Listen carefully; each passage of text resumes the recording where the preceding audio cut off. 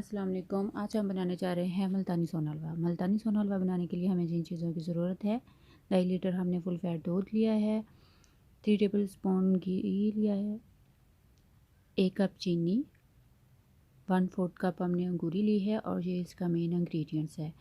Half teaspoon टाटरी, 3 tablespoon गंदम का आटा, 3 से 4 अदद छोटी इलायची हैं, पिस्ते लिए हैं हमने थोड़े से, ये आप अपने टेस्ट के मुताबिक कम ज़्यादा कर सकते हैं, थोड़े से अखरोट और थोड़े से बादाम।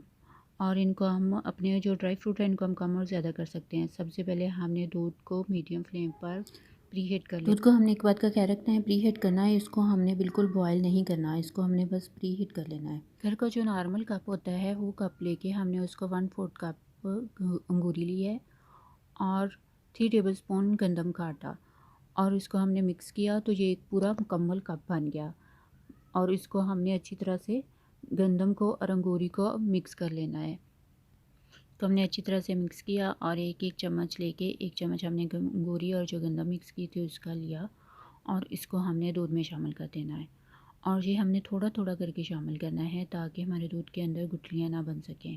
इसी तरह हमने अपनी सारी अंगूरी को थोड़ा थोड़ा करके सारे दूध के अंदर शामिल कर देना है और इसको हमने मसलसल हमने अपने चम्मच को हिलाते जाना है ताकि इसमें ज़रा भी गुठली ना बन सके।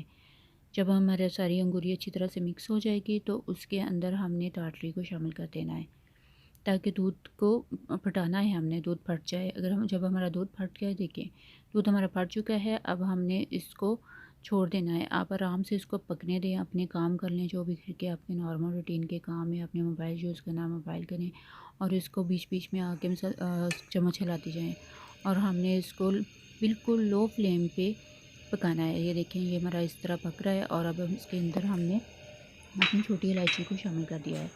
छोटी इलायची के दाने को हमने शामिल करके इसको छोड़ देना है।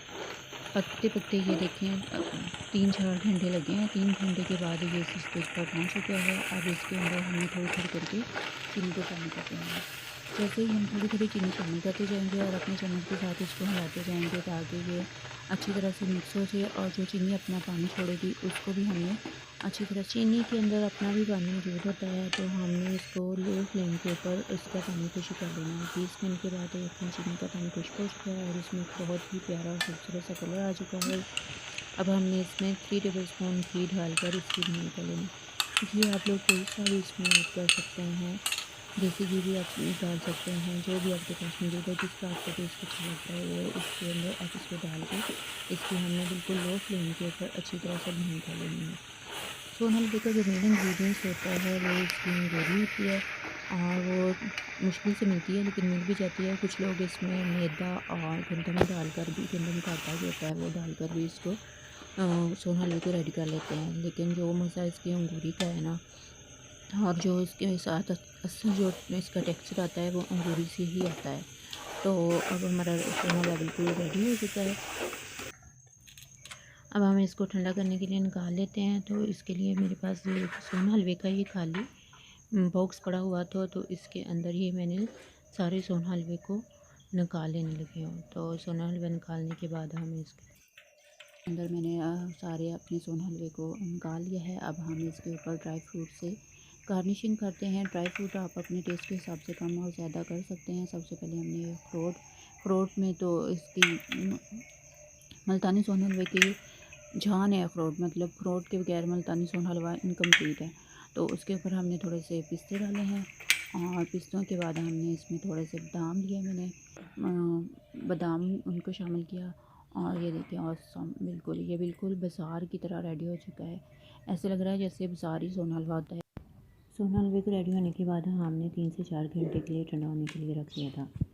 अब हम इसकी कटिंग करते हैं और उसमें से एक क्लिप्स आपको निकाल कर दिखाते हैं। आप हमारे चैनल को सब्सक्राइब करें, लाइक करें और कमेंट्स में हमें बताइएगा कि आपकी रेसिपी कैसी बनी है और बेल आइकन को लास्ट में प्रेस किया करें ताकि हर नई आने वाली वीडियो का आपको नोटिफिकेशन मिल सके।